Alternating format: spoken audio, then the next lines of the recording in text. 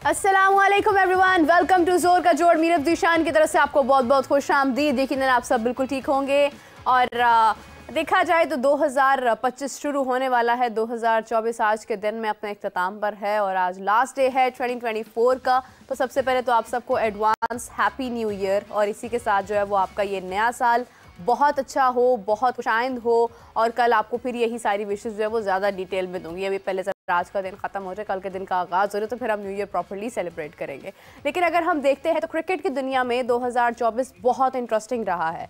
आप अगर शुरू से लेकर अब तक देखते हैं तो इसमें बहुत सारे मैचेस हुए। इनफैक्ट वर्ल्ड कप हुआ, वर्ल्ड कप के अंदर बहुत सारी चीज़ें नुमायाँ हुई हैं। स्पेशली अगर आप पाकिस्तान क्रिकेट की बात करते हैं तो पाकिस्तान क्रिकेट में सबसे बड़ी जो चीज़ जिसका साल शुरू होते ही इंतज़ार था वो 2024 का वर्ल्ड कप था। और उसके बाद इस साल जिस चीज़ का सबसे ज़्यादा इंतज़ार है, बल्कि 2025 शुरू होने से पहले ही इस चीज़ की गुफ्तगू जो है वो शुरू हो चुकी है, वो चैम्पियंस ट्रॉफी 2025 है, जिसके बारे में बहुत सारे सवालात हैं, बहुत सारी नज़रें हैं। और इसी के साथ जो है वो हम बढ़ते हैं अपनी डिस्कशन की तरफ। तो मुझे ज्वाइन किया है, अभी लाइन पर मेरे साथ मौजूद हैं खिज़र, जो कि कराची से हैं, हमारे समा के स्पोर्ट्स जर्नलिस्ट हैं। अस्सलाम वालेकुम खिज़र, कैसे हैं आप? वालेकुम अस्सलाम। बिल्कुल जी, ठीक ठाक, अल्लाह का शुक्र। खिज़र, आज आखिरी दिन है 2024 का। एक सवाल आपसे करना चाहूँगी एज एन ओपनिंग क्वेश्चन कि 2024 में सबसे बेहतरीन पाकिस्तान का मैच आपकी नज़र में कौन सा रहा है? देखिए, 2024 ओवरऑल अगर हम क्रिकेट की बात करें तो बहुत ज़्यादा अच्छा नहीं रहा, मगर जो इख्तिताम हुआ है, जो हमने साउथ अफ्रीका को क्लीन स्वीप किया है, यही सबसे अच्छी यादें हैं। ओवरऑल अगर हम पूरे सिनेरियो की बात करें तो यकीनन जो है वो हमारे लिए वो सिनेरियो नहीं रहा जो कि हम सोच रहे थे, या जो 2024 में हम अपनी क्रिकेट के हवाले से तस्वुर कर रहे थे। और यकीनन मैं सबसे बेस्ट मोमेंट यही कहूँगा कि क्रिकेट की कि हमने साउथ अफ्रीका में जाके साउथ अफ्रीका को जो क्लीन स्वीप किया है, वही पाकिस्तान क्रिकेट की सबसे बेस्ट मोमेंट है, क्योंकि आज तक दुनिया की तारीख में कोई भी ऐसा नहीं कर सका। तो ये वो लम्हात हैं। कुछ जी बिल्कुल, कुछ मूवमेंट्स आई हैं, कुछ नए प्लेयर्स हुए हैं जिन्होंने इंटरनेशनली अपने आप को आए हैं और छा गए हैं उफक पर। तो वो प्लेयर्स जरूर हैं इंडिविजुअली, मगर जो ओवरऑल परफॉर्मेंस है, जो कि सबसे ज्यादा बेस्ट, अगर मैं रिजल्ट की बात करूं, जो सबसे ज्यादा अच्छा मौका है, खासतौर पे जो कैप्टनसी चेंज हुई, फिर रिजवान पर काफी ज्यादा भरोसा किया जाता था इन्हिसार, तो उनकी कप्तानी में आने के बाद हमने ये देखा कि जिस तरह से हमने साउथ अफ्रीका को हराया और दुनिया में कोई टीम ऐसा नहीं कर सकी, तो यही सबसे बेस्ट मोमेंट है अगर हम क्रिकेट को लेकर बात करें। ओवरऑल तो फिर हमारे साथ जाहिर सी बात है अरशद नदीम की यादें हैं, उससे बेस्ट तो कुछ है ही नहीं। हमारा 2024 वाकई में जहाँ पर हमने बहुत कुछ सीखा है, जैसे रिजवान कहते हैं कि लर्न इस दफ़ा हमने जो है वो उनके हाथ में दे दी है, तो फाइनली हमने बहुत कुछ सीखा है इस साल में। सबसे बड़ी बात यह कि चैम्पियंस ट्रॉफी का आगाज़ हो रहा है, और लास्ट टाइम जब आप हमारे साथ थे तो आपने हमें विज़िट करवाया था स्टेडियम, और स्टेडियम में तकरीबन आप समझ लें कि ग्राउंड एरिया, जो प्ले एरिया है वो तो तैयार है, लेकिन बैक एंड अगर आप देखते हैं तो वहाँ पर अभी काम जारी था। और मैचेस शुरू होने से पहले, चैम्पियंस ट्रॉफी शुरू होने से पहले ट्राई नेशन सीरीज़ भी हैं। तैयारियाँ कितनी तेज़ी से जारी हैं? यहाँ पर तो बारिश का सिलसिला भी हुआ, लेकिन कराची में माहौल कैसा है? देखिए, कराची के जब वेदर की बात करें तो ये बड़ा आइडियल वेदर होता है कराची का। हम जब से मैं क्रिकेट कवर कर रहा हूँ या इससे पहले भी, कराची को नेचुरली इतने मैचेस होस्ट करने को डोमेस्टिक में या इंटरनेशनल में नहीं मिलते, मगर जो सर्दियों का सीजन शुरू होता है या जो बारिशों का सीजन शुरू होता है, इसकी वजह से बहुत सारे जो मैचेस हैं वेदर की वजह से कराची शिफ्ट होते हैं। बहुत सारी सीरीज कराची शिफ्ट हुई हैं, बहुत सारी ट्रॉफी के मैचेस कराची शिफ्ट हुए हैं। तो कराची का वेदर इस हवाले से बड़ा आइडियल है कि कहीं पर फोग हो जाती है, कहीं पर बारिश ज्यादा हो जाती है, कहीं पे गर्मी बहुत ज्यादा शिद्दत की पड़ती है, तो मैचेस कराची आते हैं। तो वेदर के हिसाब से कराची बहुत आइडियल होता है। जहां तक रही कंस्ट्रक्शन की बात, तैयारियों की बात, आज 31 दिसंबर है और चेयरमैन पीसीबी मोहसिन नकवी की जानिब से तीनों हैंड ओवर करने की जो तजवीज थी, ये जो डेडलाइन थी कि वो पीसीबी के हैंड ओवर कंस्ट्रक्शन कंपनीज कर दें, वो 31 दिसंबर ही दी गई थी, मगर अभी काम बाकी है, सब जगह पे बाकी है। इसी तरह नेशनल स्टेडियम में भी जो है वो काम अपने आखिरी मराहिल में 50 दिन बाकी रह गए हैं। चैंपियंस ट्रॉफी के आगाज में। तो इन 50 दिनों में बहुत कुछ करना है और इतना काम हो गया है और कि हम कहीं फंसेंगे नहीं। मतलब चैंपियंस ट्रॉफी से पहले पहले आपको तमाम तर वेन्यूज बड़े अच्छे जो है ना माहौल में दिखेंगे और तैयारियां चल रही हैं। असल मसला यही था जो कि एक इब्हाम की कैफियत थी, क्या आया होगी नहीं होगी, होगी तो उसकी शेप क्या होगी, हाइब्रिड होगा, वो सब चीजें तो अब आप उससे आगे निकल आए हैं। अब बस चैंपियंस ट्रॉफी होनी है। तो अब यही यही एक वक्त है कि हमने ये तय कर लिया है कि चैंपियंस ट्रॉफी का जो मुख्तलिफ मैचेस हैं जो पाकिस्तान और दुबई में होने हैं, तो पाकिस्तान के जिन वेन्यूज पर होने हैं हम उनको बिल्कुल उसी तरह तैयार करें, बिल्कुल उसी तरह रेडी करें जो हमने जो सोचा हुआ है या जो दुनिया को पिक्चर दी है। तो और वो उस वक्त तक हम पहुंच जाएंगे। उसमें मुझे कोई ऐसा कोई हर्डल नहीं दिखाई दे रहा कि जहाँ पे कोई बड़ा काम हो। मतलब फ्लड लाइट्स अभी लगनी है, डिजिटल स्क्रीन है वो 15 जनवरी को आके इंस्टॉल होना शुरू हो जाएगी। तो ये वो काम है कि जो मतलब आपको रुकते हुए दिखाई नहीं दे रहे। ओवरऑल तैयारियां अपने आखिरी मराहिल में हैं और पाकिस्तान तैयार है चैंपियंस ट्रॉफी के लिए।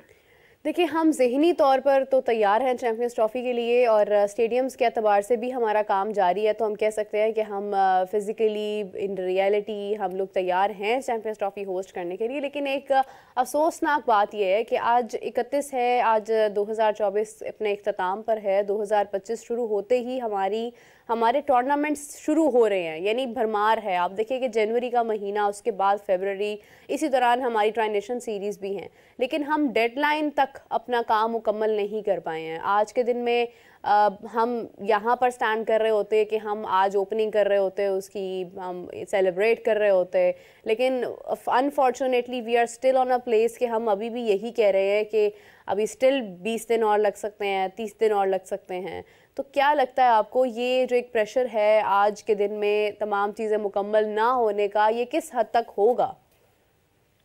देखिए, मैंने इससे पहले भी आपसे जब डिस्कशन हो रही थी तो मैंने एक मिसाल दी थी जब पीएसएल के मैचेस, जब क्रिकेट बैक टू होम की एक वेव चली थी और क्रिकेट पाकिस्तान में वापस आना शुरू हुई थी, तो उस वक्त भी बहुत सारे चैलेंजेस थे कि होगा नहीं होगा। उस वक्त भी बड़े पैमाने पर, खासतौर पर नेशनल बैंक क्रिकेट स्टेडियम में काम हुआ था, टेफ्लॉन शीट बिठाई गई थी, पूरी छत तब्दील की गई थी। तो उसके आने में उसकी हमें पूरा वो प्रोसेस याद है कि वो किस तरह से पोर्ट पर रुकी हुई थी, फिर उसके टैक्सेशन के मसाइल। मगर आखिर में वो पाकिस्तान की जो लेबर है ना, इसके बारे में दुनिया कहते हैं कि ये कहते हैं हो जाएगा तो हो जाएगा, और वो लास्ट मोमेंट तक जो है सब यही कह रहे थे कि इस ग्राउंड में मैच नहीं हो सकेगा। मगर इन दी एंड वो इतनी तेजी से काम हुआ था। मुझे अब जाके कोई इतना बड़ा काम, इतना बड़ा हर्डल नहीं दिख रहा कि मैच में कोई रुकावट हो और मैच ना हो सके या कोई फैसिलिटेशन के हवाले से कोई बहुत बड़ा कोई मसला हो। अब इतनी तैयारी हो गई है, इतना काम हो गया है कि हाँ, जो डेडलाइन दी जाती है यकीनन इसमें भी मुझे ऐसा लगता है कि कुछ मैनेजमेंट भी अपने हिसाब से 15 से 20 दिन का या 30 दिन का गैप रखती है, मार्जिन रखती है। तो उस हवाले से चीजें तय की जाती हैं। मगर तकरीबन महीना पहले आपने आईसीसी के काम शुरू हो जाएंगे। मैंने आपको उस दिन भी अपडेट किया था कि जो आईसीसी ऑफिशियल थे, जो आईसीसी की मार्केटिंग टीम थी, वो पूरे स्टेडियम की मेजरमेंट करके चली गई हैं कि किस तरह से स्टेडियम को आईसीसी चैंपियंस ट्रॉफी की जो थीम है उसमें ढालना है, कहाँ कौन सा पैना फ्लैग लगेगा, कहाँ कौन सा बोर्ड लगेगा, किधर फ्लैग लगेंगे, किस तरह से डेकोरेट किया जाएगा पूरे स्टेडियम को। और ये तीनों स्टेडियम में हुआ है, पिंडी में, कराची में, लाहौर में। तो काम जो है वो अपने आखिरी मराहिल में है। अब सिर्फ गो हेड मिलना है और फिर आप ये देखेंगे कि आफ्टर ट्रायंगुलर सीरीज पूरे के पूरे जो स्टेडियम है उनको एक थीम में कन्वर्ट कर दिया जाएगा। तो एक अच्छी शक्ल निकल के आएगी और ये जब ही होगा जब आपके पास इवेंट्स आ रहे होंगे। देखिए, इवेंट्स का होना बहुत जरूरी है। कराची में एक नेशनल बैंक क्रिकेट स्टेडियम है, तारीखी स्टेडियम है।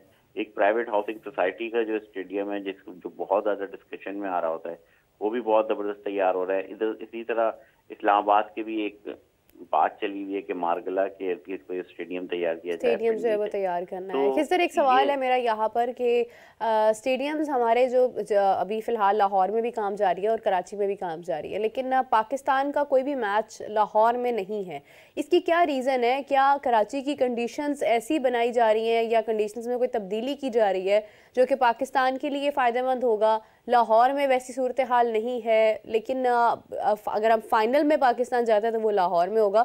तो बेसिकली कराची तक महदूद करने का और लाहौर तक ना आने का दिन पिंडी, क्या इसके अंदर स्ट्रैटेजी थी कि पाकिस्तान का कोई भी मैच जो है वो लाहौर में नहीं रखा गया? देखिए, ये बहुत सारे सवालात हैं जो कि जन्म ले रहे हैं। आपने इतना बड़ा स्टेडियम, इतनी बड़ी एक्सरसाइज कर दी, आपने पूरा स्टेडियम जमीन से गिरा के बना दिया और आपने होम टीम का मैच अपने हेडक्वार्टर में ही नहीं रखा। तो ये वो सवालात हैं। और मैं आपको बता दूं कि अभी 2 दिन पहले कुछ हम यहाँ पे जर्नलिस्ट डिस्कशन कर रहे थे कि आपने जितना पैसा लगाया है ना, पाकिस्तान टीम ने सेमीफाइनल में पहुंचना ही पहुंचना है।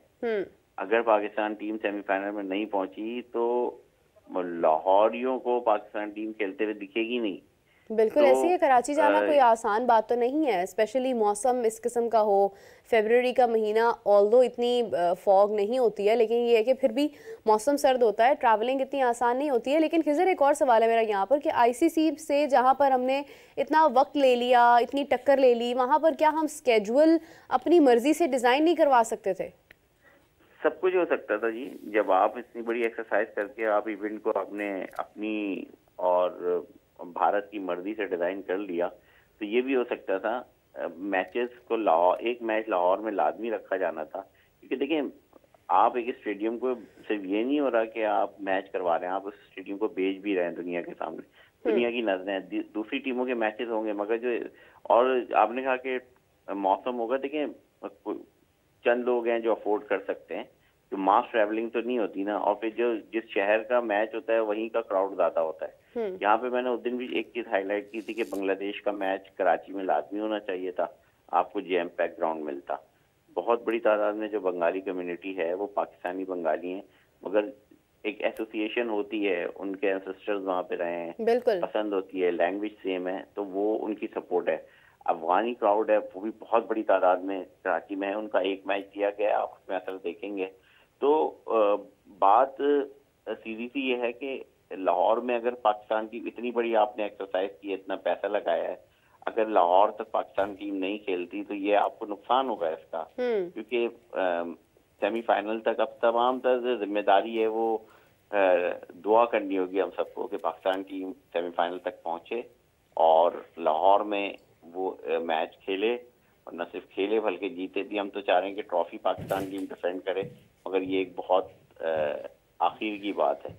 फिलहाल अभी ये कहना मुमकिन नहीं है, मगर जिस तरह से हमारी ट्वेंटी टीम ने परफॉर्म किया है वो ज़बरदस्त है। मगर पाकिस्तान टीम के बारे में एक नया तजदिया सामने आया है कि पाकिस्तान टीम की खासियत ये है कि जिस तरह की टीम उसके सामने खेल रही होती है वो वैसा परफॉर्म करने लगती है। अगर बांग्लादेश खेल रही होगी तो बांग्लादेश की तरह परफॉर्म करेगी, अगर साउथ अफ्रीका खेल रही होगी तो साउथ अफ्रीका, ऑस्ट्रेलिया होगी तो ऑस्ट्रेलिया। बिल्कुल सही बात है। अगर हम देखें तो इसी तरह से हमारा 2024 का साल गुजरा है। और खिज़र, एक और सवाल आपसे करना चाहूँगी, उसके बाद बेशक आप हमें जो है वो इजाज़त दे दीजिएगा। लेकिन ये कि एक सवाल, आपका फेवरेट कैप्टन कौन रहा है 2024 में? लाइक अगर हम किसी भी टीम की बात करते हैं तो देखें, पैट कमिंस जिस तरह से लेके चल रहे हैं अपनी टीम को, यकीनन उन्होंने, मतलब एक कैप्टन होता है वो प्रेस कॉन्फ्रेंस में जो बोलता है ग्राउंड में वो इम्प्लीमेंट होता हुआ दिखाई दे रहा होता है। बड़े इजीली उन्होंने अपनी टीम को हर टूर्नामेंट में वो लेकर गए हैं।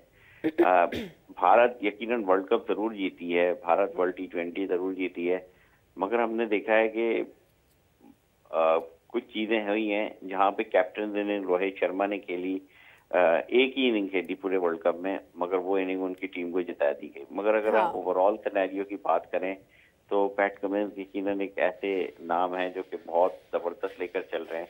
कहीं ना कहीं उनकी बॉलिंग में भी हल्की फुल्की मैकरा की झलक आती है और बड़े कूल कैप्टन है।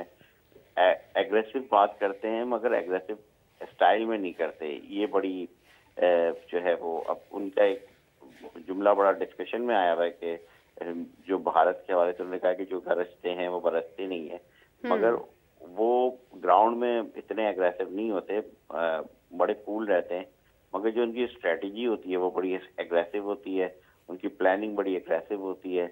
और होम हो या अवे, वो मतलब उन्होंने अपनी टीम को बदला है, लेकर गए हैं। जिस तरह बीच में ऑस्ट्रेलिया हारना शुरू हो गई थी तो कहीं ना कहीं से उन्होंने निकाला है, और वो जो ट्रैक पे लेके आए हैं वो बड़ा जबरदस्त है। और वर्ल्ड क्रिकेट के लिए, इंटरनेशनल क्रिकेट के लिए जो ऑस्ट्रेलिया का जो एग्रेशन है, जो विनिंग एक स्टाइल है, वो भी बहुत जरूरी है। बिल्कुल सही है, हर कोई उनको अपने आप से मैच कर रहा है। बिल्कुल सही बात है। Thank you so much Khizar, it was really nice having you, और अच्छी डिस्कशन आपके साथ हमारी हुई है। गुफ्तगू का आगाज दोबारा से करते हैं। 2024 के साल में पाकिस्तान की कारकर्दगी कैसी रही है, पाकिस्तान टीम में कैप्टेंसी का मेयार कैसा रहा है, परफॉर्मेंस का मेयार कैसा रहा है, हेल्थ फिटनेस कैसी रही है, ये तमाम मौजूद पर बात करते हैं। मेरे साथ मौजूद हैं one and only Fakhta Qadir Khwaja. अस्सलाम वालेकुम कादिर, कैसे हैं आप? वालेकुम अस्सलाम मीरा, अल्लाह का शुक्र, आप सुनाएं। मैं बिल्कुल ठीक हूँ कादिर। अभी जैसे ही आप आए हैं तो I was asking Khizar about के 2024 में उनका फेवरेट कैप्टन कौन सा रहा है क्रिकेट की दुनिया में। तो यही सवाल मैं आपसे करना चाहूँगी एज एन ओपनिंग क्वेश्चन कि आपके नज़दीक बेहतरीन कप्तानी 2024 में किसने की है? बिल्कुल ठीक का है। और जिस तरह पैट कमिंस की बात कर रहे थे, तो पैट कमिंस ही उन्होंने अच्छी एक कप्तानी की है। लेकिन एट द एंड ऑफ 2024 मेरे फेवरेट कैप्टन रिजवान, ऑब्वियसली मेरे पहला पाकिस्तान और पहला मेरा कप्तान रिजवान, क्योंकि पाकिस्तान के कप्तान चेंज होते रहे हैं दरमियान में, तो इसलिए हम उसको तसलसल के साथ पूरे साल के लिए नहीं कहा जा सकता। अलबत्ता रिजवान ने जिस तरह कप्तानी की है, आके कमान संभाली है पाकिस्तान टीम की, वो आउट ऑफ द बॉक्स है। और जिस तरह पाकिस्तान टीम को एक विनिंग ट्रैक पर लेकर गया, इंग्लैंड के ख़िलाफ़ शान मसूद की कप्तानी में जीते, फिर उसके बाद हम तीनों सीरीज़ जो वनडे सीरीज़ थी 22 साल के बाद हमने ऑस्ट्रेलिया में झंडा गाड़ा, तो उसके बाद जो है वो पूरी दुनिया की नज़र में हम फेवरेट्स होने लग गए ओडीआईज़ में। और फिर उसके बाद हमने देखा कि जिस तरह जिम्बाब्वे को हमने चित किया, फिर उसके बाद साउथ अफ्रीका को जिस तरह हमने सीरीज़ हराई, तो ये चीज़ें मामूली बात नहीं है कि आप 3 जगहों पर जाकर, तीनों के घर में जाकर आप उनको मारें। तो कुछ चीज़ें ऐसे होती रही हैं हमारे साथ गुज़श्ता अदवार में।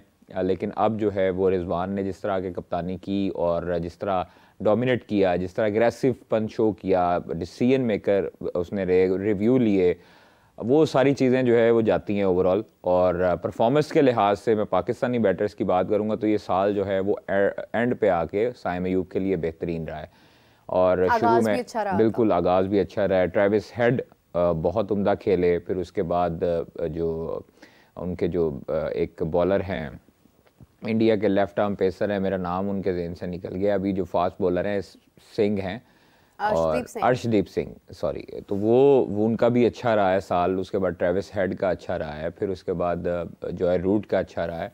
तो ओवरऑल जो है वो क्रिकेट अच्छे तरीके से हुई है। और सबसे अच्छी चीज़ जाते जाते ये हुई है कि पाकिस्तान ने चैम्पियंस ट्रॉफ़ी के हवाले से अपने मौक़िफ़ से पीछे नहीं हटा और पाकिस्तान ने अपनी चीज़ें मनवाई, तो जो कि पाकिस्तान के लिए, पाकिस्तान क्रिकेट के लिए और आइंदा आने वाले पाकिस्तान के क्रिकेटर्स के लिए बहुत अच्छी तरीके से होगी। हमारे स्टेडियम्स अपग्रेड होना शुरू हो गए, चैम्पियंस ट्रॉफ़ी की जो बातें हो रही थी मुलतवी होनी, मनसूख होने की, वो दम तोड़ गई। तो ये चीज़ें सारे इस साल जो है वो एक तरह का रीमिक्स रहा है और मिक्सड अप रहा है सारा साल। तो अब 2025 आने वाला है और कल से 2025 में हम एंटर होने वाले हैं। तो 2025 में उम्मीद है कि पाकिस्तान क्रिकेट के लिए सबसे पहले ये साल बेहतरीन हो। इसका आगाज़ जो है वो ट्राई नेशन सीरीज़ से होने जा रहा है, वो भी अच्छे तरीके से हो। प्लस जो हम चैम्पियंस ट्रॉफ़ी होस्ट करने जा रहे हैं, इंशाल्लाह उसका फ़ाइनल जो 9 मार्च को होगा लाहौर में, वो भी हम जीतें।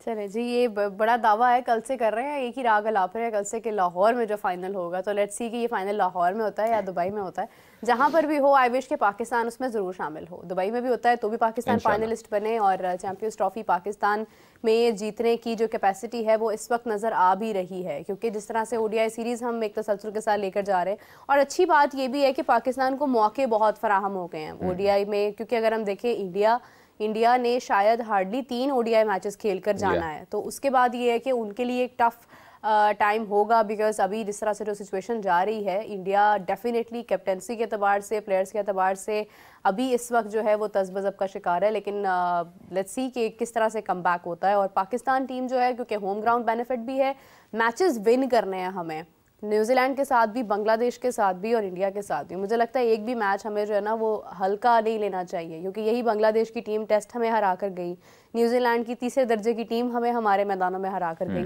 और इंडिया से तो खैर हम लोग अभी रिसेंटली T20 में भी हारे थे। तो प्रेशर की गेम तीनों जानिब रहेगी। कादिर, आज 31 दिसंबर हो चुका है और डेडलाइन आज की थी, लेकिन हमारी ओपनिंग नहीं हुई है स्टेडियम की। कोई फीता कटता हुआ नज़र नहीं आया, कोई लोग वहाँ पर आते हुए नज़र नहीं आए हैं। लेकिन इसका आई डोंट थिंक सो कोई इम्पैक्ट या कोई असर ऐसा होगा कि वो हमारी लाइक डीमेरिट साइड पर जाएगा, क्योंकि आपके पास आई गेस मार्जिन होता है कुछ दिनों का। देखें, 31 दिसंबर की जो डेडलाइन थी ना, वो मैं क्लियर करता चलूँ, वो ग्रे स्ट्रक्चर की थी, वो बिल्डिंग खड़ी करने की थी, ठीक है। अच्छा। और जो मीडिया टॉक हुई थी अब से कुछ दिन पहले, चेयरमैन साहब ने जो मीडिया टॉक की थी, उसमें उन्होंने जब उनसे सवाल हुआ था कि ये कब तक स्टेडियम कंप्लीट होगा, तो उनका ये कहना था कि 31 दिसंबर डेडलाइन थी ग्रे स्ट्रक्चर की, और 1 महीना दरकार होता है फिनिशिंग के लिए। तो कल से जो है वो हमने देखा है कि उसमें चेयर्स वगैरह लगनी शुरू हो गई हैं, सीट्स वगैरह लगनी शुरू हो गई हैं, एलईडीज़ लगनी शुरू हो गई हैं, स्टेडियम की बाकी जो पैनलिंग थी, पेंट्स थे मेन बिल्डिंग में, ऑफिसिंग वाली बिल्डिंग में, उसमें शुरू हो गए हैं। तो 1 महीना दरकार है इस सब चीज़ों के लिए और शक्ल सूरत निकलने के लिए स्टेडियम की। तो 20-25 दिन बाद या 15 दिन बाद आपको बज़ाहिर जो है वो नज़र आना शुरू हो जाएगा इंशाल्लाह कि स्टेडियम जो है वो अपने रूप में आना शुरू हो गया। चलें, आई विश के ऐसा ही हो, तमाम चीज़ें जो है वो वक्त पर मुकम्मल हो जाए। ऑनेस्टली अगर मैं अपनी बात करूँ तो मुझे ऐसा लगता है कि शायद स्टेडियम, प्ले एरिया आपका तैयार है और वहाँ पर मैचेस शुरू हो जाएंगे। जो बैक एंड काम है वो बहुत लंबा चलने वाला काम है, लगता तो ऐसे ही है देखने को। इनफैक्ट जब स्टेडियम बनने की बात हो रही थी, उस वक्त तो कोई ये भी नहीं सोच सकता था कि ये 2024 के इख्तिताम तक इतना भी काम हो जाएगा। सो अभी ज़ाहिर तो कुछ महसूस नहीं हो रहा, लेकिन आई विश के 2025 जब शुरू हो तो जनवरी के लास्ट में हम इसको बाकायदा तौर पर सेलिब्रेट कर रहे हों। अच्छा कादिर, 2025 शुरू हो रहा है और 2024 में ऐसी कौन सी चीज़ है क्रिकेट के एतबार से जो हमने सीखी है? देखें, हमने सीखा ये है कि हमने अपनी जो गलतियां थी उसको हमने बार बार दोहराया। हमने देखा कि हम लोग क्लोज जाके मैचेस दूसरों की प्लेट में रख कर देते रहे। जिस तरह अभी रिसेंट जो टेस्ट मैच हुआ उसमें हम लोगों ने यही किया। बाबर ने यूएस से वर्ल्ड कप में, एक तो हमने सीखा ये कि इत्तेफाक में वाकई बरकत है, ठीक है। और जब तक आप में यूनिटी नहीं होती है तब तक आपके रिजल्ट्स खतरनाक आते रहते हैं। हमें वो बचपन में एग्जांपल दी जाती थी ना लकड़ी वाली, कि लकड़ियाँ जो है वो अलग-अलग टूट जाती हैं और इकट्ठे करें तो नहीं टूटती।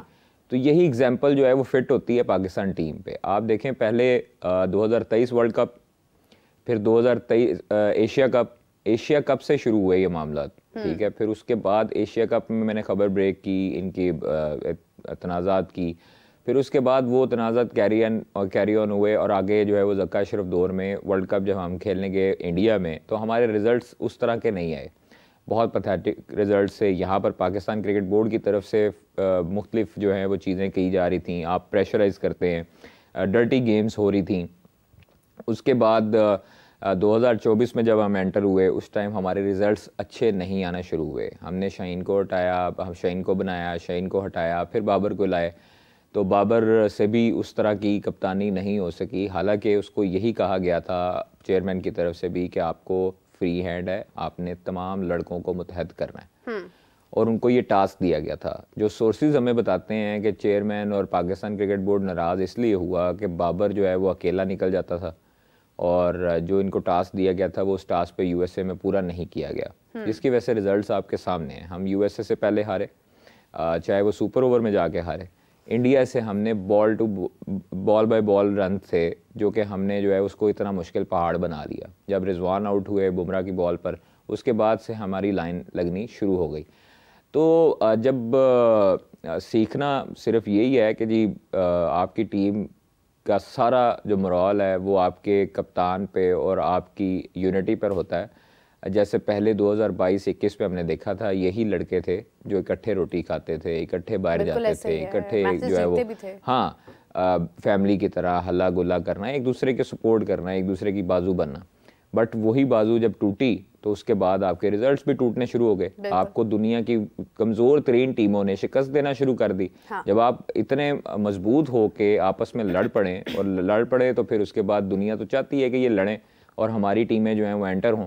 तो इसलिए फिर उसके बाद जब रिजवान बने, आपने रिजल्ट्स आपके सामने, जब रिजवान बने उसके बाद से वही लड़के हैं, मैक्सिमम तो वही लड़के हैं। हालांकि रिजवान जब बने तो उसके बाद से यंगस्टर भी आए जिनको मौके मिले, नए क्रिकेटर्स थे, लेकिन फिर भी हम सीरीज जीते। हाँ। वो इसलिए जीते कि भाई सब में कोई लालच नहीं था, सब एक लीडर के पीछे खड़े थे। और यही चीजें 2021-22 में बाबर के साथ भी हो चुकी हैं कि बाबर के पीछे सब खड़े थे, सपोर्ट में थे, किसी को कोई कप्तानी का लालच नहीं था। चंद लोग ऐसे थे पाकिस्तान क्रिकेट बोर्ड में से जिन्होंने, साइंसदानों ने ये मशवरे दिए कप्तानी चेंज करने के और कप्तान बनने के, और लोगों को मुख्तलिफ कानों में डाला गया। तो ये अंदर से ही होती हैं सारी प्लानिंग्स, और सारी जो मोनोपली है वो अंदर से ही शुरू होती है। आपको समझना चाहिए कि आपके साथ कौन प्ले कर रहा है और कौन आपके साथ जो है वो आपको डॉज कर रहा है।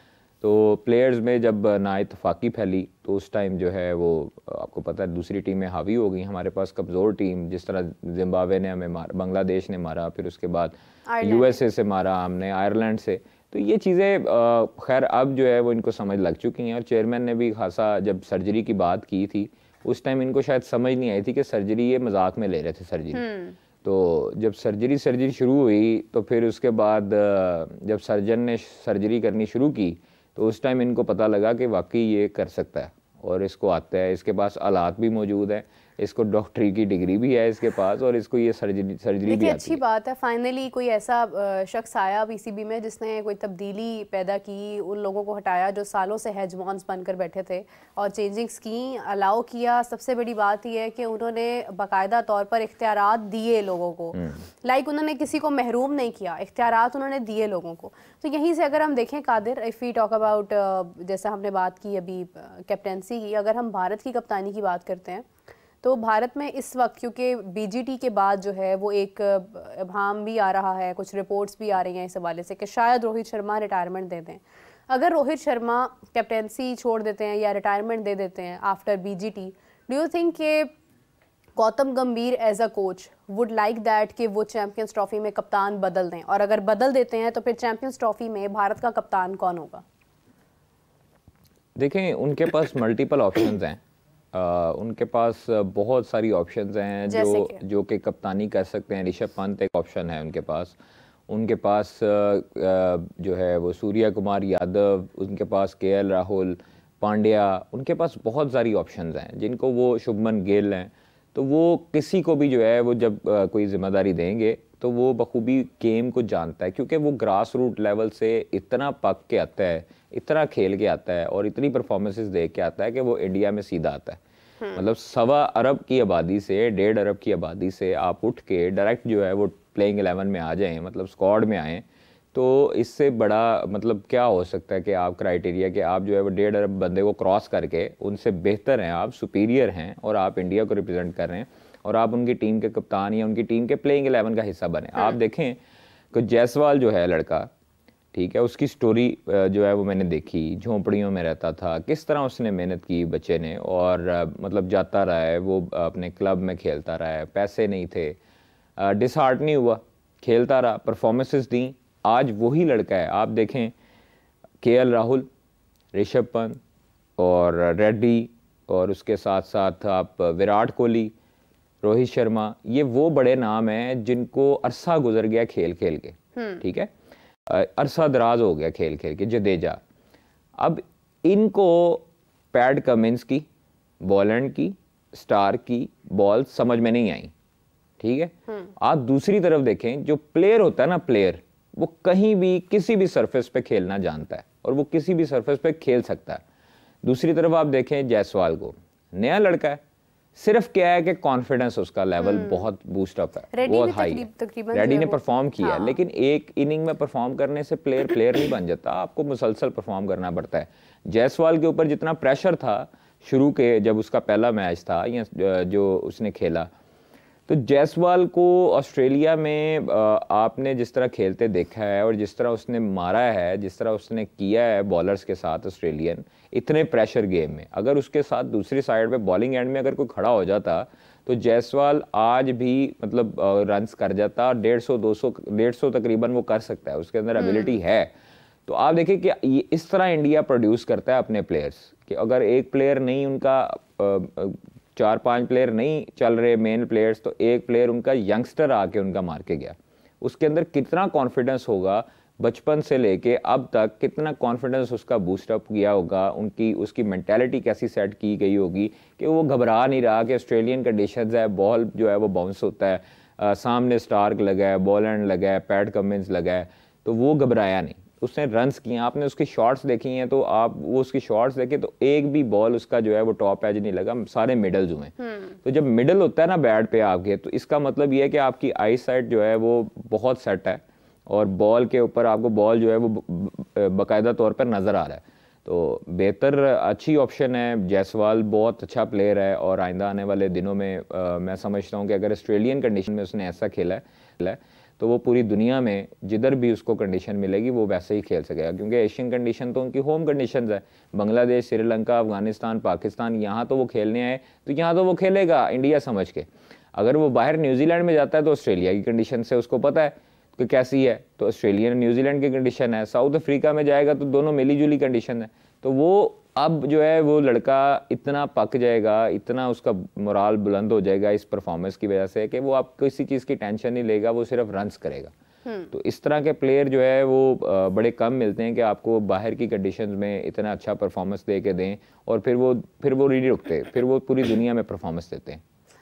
मैं ये सोच रही हूँ कि 2024 के इख्तिताम में यहाँ से तारीफें आने लगी हैं, यानी 2025 जो है वो शायद बहुत खुशहाल गुजरने नहीं, वाला है। मैं देखें जो प्लेयर है ना, जो अच्छी परफॉर्मेंस दे रहा है, जो प्लेयर है, हाँ। जो जेन्युइन प्लेयर है, मतलब नाम का किंग नहीं है, जेन्युइन एक प्लेयर है, मैं उसकी तारीफ कर रहा हूँ। आप देखें विराट कोहली क्यों नहीं परफॉर्मेंस दे रहा, ठीक है, रोहित शर्मा क्यों नहीं परफॉर्मेंस दे रहा। हम कल एक बात कर रहे थे कादिर के जब महेंद्र सिंह धोनी आए थे ना, तो उस वक्त उन्होंने सब बड़े नाम बाहर कर दिए थे, उन्होंने सचिन तेंदुलकर, राहुल द्रविड़, सबको जो है ना वो खैराबाद सब यंगस्टर ले गए, और यही यंगस्टर्स आए थे, विराट कोहली, रोहित शर्मा, यही सब लोग आए थे और इंडिया जो है वो इवेंचुअली जीतना शुरू हो गया था। हमने भी इस बार यही स्ट्रैटेजी यूज़ की है कि हमने बड़े नामों को रेस्ट करवा कर भी मैचेस जीते हैं और हमने उनके साथ भी मैचेस जीते हैं। तो अब शायद कहीं ना कहीं जो है वो वही एक एरा वापस आ रहा है कि अब जाकर परफॉर्मेंसेस जिस तरह से स्नब हो रही हैं, कोच भी तब्दील हुआ है, गौतम गंभीर आए हैं, राहुल द्रविड़ की एक कोचिंग और अंदाज में थी, एक फिर टीम का तसलसल भी टूट जाता है डेफिनेटली जब कोई और कोच आता है। गौतम गंभीर की एक अपना माइंडसेट है, अपनी डीलिंग है, राहुल द्रविड़ की और थी, तो वो कि ये इस किस्म की जो चीज़ें हैं इसकी वजह से शायद कहीं ना कहीं जो है ना वो हिल गई है टीम, और अब ये टाइम है कि शायद नए लोगों को मौका देना चाहिए। और भारत के पास बहुत सारी ऑप्शंस हैं, मल्टीपल ऑप्शंस हैं। अगर आप इवन T20 की बात करते हैं, जसप्रीत बुमराह की बॉलिंग आज जिस तरह से हम देख रहे हैं, अभी मयंक यादव की बॉलिंग बहुत शानदार है, उसकी स्पीड बहुत ज़्यादा है, तो मतलब ये है कि बहुत सारे प्लेयर्स पूल में हैं। तो कहा जा सकता है कि शायद कहीं ना कहीं जो है वो BGT के बाद हमें बड़ी रिटायरमेंट्स देखने को मिले भारत की जानिब से। हाँ, कोई शक नहीं है इसमें कि मिल सकती हैं। आप देखें कि मुझे राहुल द्रविड़ पे आ रहा है कि कितने अच्छे हाई नोट पे उन्होंने जाकर जो है वो रिटायरमेंट का ऐलान किया, ठीक है। और रोहित ने भी इसी तरह ही T20 से रिटायरमेंट ली, विराट ने भी आई थिंक ली है, जडेजा ने भी। तो आप ये देखें कि जब बड़े प्लेयर होते हैं हमारे यहाँ पर एशियन कंडीशंस में छोड़ना नहीं चाहते क्रिकेट को, वो किसी ना रिटायरमेंट हाँ वो किसी ना किसी जो है ना फॉर्मेट में खेलने के जो है वो मुंतजर होते हैं। हमारे कितने सीनियर प्लेयर ऐसे हैं पाकिस्तान के जिन्होंने अभी तक रिटायरमेंट ही नहीं ली हुई, ठीक है, उनको हाई नोट पे रिटायरमेंट लेने का मौका ही नहीं मिला। मतलब वो जिसको कहते हैं इज्जत से रिटायर होना, वो इज्जत से रिटायर नहीं हुए। तो इसी तरह इनको भी चाहिए कि जिस तरह महेंद्र सिंह धोनी ने अपना एक मुकाम बनाया, नाम बनाया और फिर रिटायरमेंट लेके साइड पे हो गया, आप इसी तरह इज्जत से आप लोग जो है, आप रोहित की और विराट की बहुत गेम्स हो चुकी हैं। अगर वो प्लेयर तो कभी ये नहीं समझेगा कि वो जो है वो बूढ़ा हो गया या वो थक जाएगा या वो परफॉर्मेंस नहीं दे सकता। नो डाउट दोनों बहुत अच्छे प्लेयर हैं, बड़े प्लेयर हैं, लेकिन अब जो है वो उनके पास इतनी लॉट मौजूद है कि वो किसी को भी जो है विराट और रोहित बना सकते हैं। आप देखें वो शुभमन गिल आए, उसने परफॉर्मेंसेस दी। केएल राहुल आए, फिर उसके बाद ऋषभ पंत आए, एक्सीडेंट के बाद आए, रिकवरी करके आए। इतना बुरा एक्सीडेंट हुआ था उनका, और उनका एक्सीडेंट जो है वो जब होता है तो उसके बाद वो इंजरी का शिकार हो जाते हैं, फिर काफ़ी अर्सा बेड रेस्ट पे रहते हैं, उसके बाद टीम में आना और परफॉर्मेंसेस देना बड़ी बात होती है। तो ये चीज़ें समझनी चाहिए। और गौतम गंभीर का स्टाइल मुझे समझ नहीं आता कोचिंग का। अलबत्ता राहुल द्रविड़ जो थे तो बहुत वो जिस तरह के खुद क्रिकेटर थे, उसी तरह के बिल्कुल अंडर 19 से देखें आप, उन्होंने कोचिंग जो है वो शुरू की थी। देखें यहाँ पर मसला ये है कि हमारे पास इतने अलग अलग क्रिकेटर हैं और ऐसा ऐसा माइंडसेट है उनके पास, उनको अंडर 19 की कोचिंग क्यों नहीं दी जाती, मुझे समझ नहीं आती। शायद वो लेना भी नहीं मैं आपको एक बात बताऊं, सलमान बट जो है वो अगर हम उसको ग्रास रूट लेवल पर लगाएं तो मैं जो है वो हल्फन ये चीज़ कह सकता हूँ कि सलमान बट जो है वो ऐसे ऐसे लड़के प्रोड्यूस करेगा, ऐसे ऐसे लड़के प्रोड्यूस करके देगा आपको कि आपकी सोच है और उसका समझाने का तरीका, उसकी जो नॉलेज है, गेम अवेयरनेस है, वो बहुत ज़्यादा है वो हमारे बाकी क्रिकेटर्स की निस्बत। अब वो जो जिस क्लब में चला रहे हैं, जिस क्लब को चला रहे हैं या जिस क्लब से वो बच्चे प्रोड्यूस कर रहे हैं, आप उधर जाके देखें, वो इस तरह कोचिंग कर रहे होते हैं जिस तरह वो अपने बच्चों को समझा रहे होते हैं। उनके अपने 2 बेटे भी वहाँ पर खेल रहे हैं। तो वो ऐसे नहीं होता कि आप जो है वो किसी को भी जिसने कोचिंग कोर्स कर लिया आप उसको जो है ना अंडर 19 का कोच बना दो या साबिक क्रिकेटर है उसको बना दो। भाई आप ये सोचो कि हमें लड़के कितने प्रोड्यूस करके देगा। आपके ऐसे कौन से लड़के हैं अंडर 19 में से जिसको आप जानती हैं? आपके कोई भी नहीं जानता होगा। श्याम सुंदर गुप्ता कह रहे हैं कि a decade back when younger Virat and Rohit started performing, we all praised them and wanted Sachin to retire, and now the time has come for them. Yes. होता है बस वक्त exactly होता है। ऐसे ही होता है। मतलब आप देखें कि सचिन को कोई सोच सकता था कि उस टाइम पे कहें जी रिटायरमेंट, उसने वर्ल्ड कप जीता, उसके बाद रिटायरमेंट ली। And the most peaceful batsman. Exactly और इन्होंने रिटायरमेंट ली, फिर उनको रिप्लेस किया रोहित और विराट ने। हालांकि ये साथ खेलते आए हैं, समझते हैं, सारा कुछ करते आए। विराट को कैप्टेंसी दी, नहीं अच्छा कप्तान बना, कोई ये ज़रूरी नहीं है कि अच्छा प्लेयर ही कप्तान बने, तो उससे कप्तानी ली। उससे बाद रोहित को ली, रोहित ने आपको वर्ल्ड कप जितवाया, आपको क्लोज वर्ल्ड कप में लेकर गया। 10 साल से बीजीटी ट्रॉफी इनके पास है। एग्जैक्टली आप देखें, क्लोज आपको वर्ल्ड कप के लिए पास लेकर गया। तो ये चीज़ें बड़ी जो है वो मैटर करती हैं कि आपके यंगस्टर्स कितनी काबिलियत रखते हैं, अहलियत रखते हैं कि वो विराट और रोहित को रिप्लेस कर सकें। अब उनके पास बहुत ज़्यादा ऐसा जो लॉट मौजूद है, मार्जिन मौजूद है, जिसकी वजह से वो किसी को भी किसी के साथ रिप्लेस करना जानते हैं, क्योंकि उनका एक प्रोसेस, एक थ्रू प्रोसेस डोमेस्टिक खेलते हैं, डोमेस्टिक के ज़रिए आता है उनके ऊपर। उनका कोई प्लेयर लीग खेलने नहीं जाता बाहर, जिसकी वजह से लगे जी बाहर CPL खेल रहा है, इसने उधर परफॉर्मेंस दी है, इसको टीम में डाल दो। यहाँ पर अनफॉर्चुनेटली क्या होता है कि यहाँ पर BPL में परफॉर्मेंस दी, बिग बैश में परफॉर्मेंस दी, उधर की परफॉर्मेंस देखी ले आओ। अब चूंकि अब सख्ती हुई है, अब सारे जो है वो डोमेस्टिक खेलना शुरू हुए हैं। ये वही स्ट्रक्चर, ये वाला जो अब स्ट्रक्चर अप्लाई हुआ है, ये काफ़ी देर पहले का हो जाना चाहिए था, जो मोहसिन नकवी साहब ने यहाँ पर आके सबको जो है वो डांट डपट करके उनको कहा है कि जी डोमेस्टिक खेलो। तो डोमेस्टिक आपका एक बेसिक वर्जन है क्रिकेट का, आपको खेलनी चाहिए ताकि आप लोग अपने लड़कों के साथ खेल के, आप अपने सेलेक्टर्स के सामने खेल के उनके सामने परफॉर्मेंसेस दें। और आप जो परफॉर्मेंस दे रहा है, मतलब अब्बास जिस तरह आया, अब्बास ने आगे परफॉर्मेंस दी। आप देखें अब्बास अफरीदी को हमने टीम में डाला, उसने परफॉर्मेंस दी। उसके बाद आप खुरम शहजाद को देखें, उसने परफॉर्मेंस दी। आप अपने जो डोमेस्टिक के जितने प्लेयर्स हैं, वो सुफियान मुकीम है, फैसल अकरम है, जितने भी प्लेयर्स हैं वो सब परफॉर्मेंसेस दे रहे हैं। बिल्कुल सही बात है कादिर। एक और चीज़ है कि हमने अभी टेस्ट में देखा कि मोहम्मद सिराज ने परफॉर्मेंसेस दी हैं, लेकिन वो उस तरह से नहीं है जिस तरह से मोहम्मद शामी दे सकते थे। और अभी कुछ ये भी खबरें आ रही है कि he is completely fit now. Hardik Pandya के बारे में तो खैर he is not in the team, वो टीम में नहीं थे, कुछ उनके अपने आई थिंक शायद वो अनफिट थे, मुझे एग्जैक्टली उनके बारे में नहीं मालूम है। लेकिन ये कि चैम्पियंस ट्रॉफी में अगर हम देखते हैं भारत की जानिब से, क्या मोहम्मद शामी आपको लगता है कि वो ऐड होंगे और उनका इम्पैक्ट किस तरह से होगा? क्योंकि दुबई की कंडीशंस हैं और हाफिज़ साहब ने जिस तरह से बात की थी कि दुबई और पाकिस्तानी कंडीशंस एक जैसी नहीं हैं, वो डिफरेंट हैं और हमें जो टीम बनानी पड़ेगी वो दोनों कंडीशंस को मद्देनज़र रखते हुए बनानी पड़ेगी। तो डू यू थिंक कि Mohammed Shami would be in the team? बिल्कुल होना चाहिए, उनका सीनियर प्लेयर है, सीनियर फास्ट बॉलर है और उसको पता है, वहाँ पर खेल चुका है ऑलरेडी और उनको काफ़ी तजर्बा है इस हवाले से। उनकी जो बॉलिंग लाइनअप में एडिशन होगा I think so Arshdeep Singh के साथ साथ अर्शदीप भी अच्छा बॉलर है, स्विंग होता है उसका, सिराज होगा, शामी होगा, उसके साथ बुमराह होगा, अच्छा एक कॉम्बिनेशन उनका बन जाएगा। मयंक यादव उनके जो हैं वो भी आ सकते हैं स्क्वाड में, लेकिन T20 जरा ज़्यादा शायद उनको वहां तक अभी रखा जा रहा हो। देखिए अभी आप ये सोचें कि जो टेस्ट में हैं बॉलर्स, हाँ, वही आपको वनडे में भी आप लेकर उनको जाएंगे, क्योंकि आपके बॉलर्स ने 10-10 ओवर्स करने हैं। हाँ, इट मीन्स कि आपने जो है वो टेस्ट का डे 1 समझ के खेलना है, ठीक है, क्योंकि उधर 90 ओवर्स होते हैं, इधर 50 ओवर्स हैं, तो 40 ओवर्स का फ़र्क है। तो वो आपने उसको मद्देनज़र रख कर आपने जो है वो खिलवाना है, और उसके बाद उसकी फ़िटनेस और वो जो टेस्ट में आपका स्क्वाड है वही आपकी फ़िटनेस कैरी करेगा आगे बढ़ने में। तो मेरा ख्याल है कि शामी अगर फिट हुए तो शामी की इंक्लूजन ज़रूर बनती है, क्योंकि वो एक एक्सपीरियंस फास्ट बॉलर है, उसका बॉल अच्छा है, उसको पता है किधर विकेट लेनी है, क्या करना है, कहाँ पर जब आपको चार्जिंग हो रही हो उस टाइम उसको कैसे रोकना है। तो अच्छा एक इंक्लूजन हो सकता है सिराज का, और उसका पेयर अच्छा बन सकता है शामी का। अच्छा, ये कमेंट है कादिर आपके लिए, इसके बाद हम अपना प्रोग्राम भी एंड कर रहे हैं। पॉडकास्ट स्पेशल कह रहे हैं कि कादिर से पूछिए ट्रेविस हेड का सेलिब्रेशन, आप क्या उसको सपोर्ट करते हैं?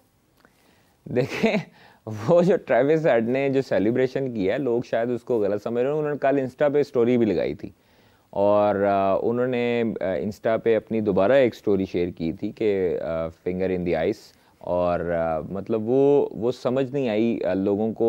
लोग जो हैं वो उसको किसी गलत मतलब में लेते रहे हैं, लेकिन अगर इस तरह की हाँ देखें, उसको क्लियर करना चाहिए था सारा कुछ। लोग अभी तक उसी शशोपंज में हैं, और इस तरह के जब तक आप इशारे और इस तरह के नाजेबा इशारे करते रहेंगे, तब तक आप जो है वो पूरी दुनिया को गलत मैसेज देंगे और अपने ख़िलाफ़ ही करेंगे। मतलब आपको आईसीसी को चाहिए कि एक्शन ले उस पर, और उस चीज़ को ममनू करार दिया जाए, और गलत चीज़ को प्रमोट नहीं करना चाहिए।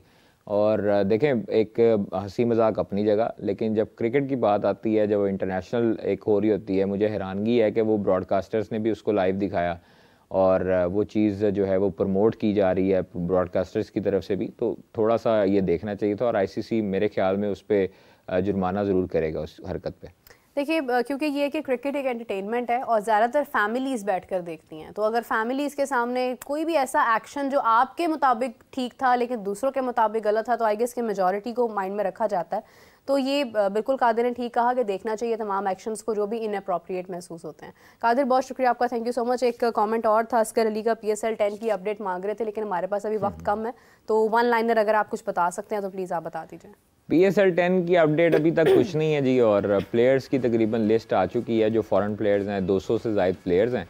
केन Williamson, David Warner, Steve Smith, Chris Woakes और जॉनी बेयरस्टो के साथ जो है वो बातचीत जारी है, और ट्रेड जो है वो 5 प्लेयर्स की, और जो ट्रेड है वो भी अभी तक उसकी बातचीत भी जारी है। 4 जनवरी को फाइनल लिस्ट मिलेंगी फ्रेंचाइजेस को। अलबत्ता अभी तक जो है वो सारी सिस्टम उसी तरह ही है। प्लेयर्स अनाउंसमेंट हो रही है, जो प्लेयर रजिस्टर्ड कर रहे हैं। अभी थोड़ी देर बाद भी एक प्लेयर की अनाउंसमेंट होगी। तो अभी तक PSL का यही है, सिस्टम चल रहा है। और तो ट्रेड क्या गवादर में होगी या इस्लामाबाद में? नहीं, अब देखें कि अपना जो प्लेयर्स की ट्रेड है वो इस्लामाबाद यूनाइटेड की भी हो सकती है दूसरी फ्रेंचाइज के साथ।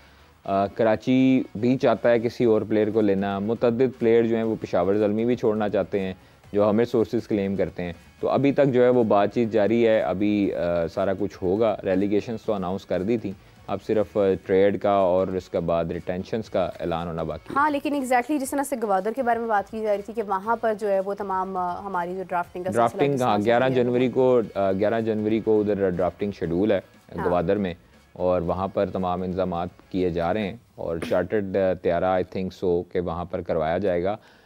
कल मैं पढ़ रहा था कि गवादर का जो न्यू इंटरनेशनल एयरपोर्ट है उसका भी, उसके बारे में ब्रीफिंग वज़ीर-ए-आज़म को दी गई है, और वहाँ पर जो है वो पाकिस्तान का सबसे बड़ा गवादर में इंटरनेशनल एयरपोर्ट बनाया जा रहा है, जिसमें जो बड़ा जहाज़ है A380 वो भी लैंड कर सकेगा। तो अच्छी चीज़ है कि अगर गवादर में 11 जनवरी से पहले उसका इंटरनेशनल एयरपोर्ट का इफ्तिताह हो जाता है तो वहाँ पर फ़्लाइट्स का फिर आना जाना शुरू हो जाएगा। तो अच्छी चीज़ है कि लाहौर से भी फ़्लाइट चली जाए, कराची से भी चली जाए, इस्लामाबाद से भी चली जाए, ताकि फ्रेंचाइजेस को और PSL मैनेजमेंट को किसी किस्म की मुश्किल पेश ना आए। बिल्कुल सही है कादिर, बहुत शुक्रिया आपका, थैंक यू सो मच। और इसी के साथ मुझे और कादिर को दीजिए इजाज़त। अपना बहुत सारा ख्याल रखिएगा। आपको ज्वाइन करेंगे कुछ ही देर के बाद, तब तक के लिए टेक केयर, बाय बाय।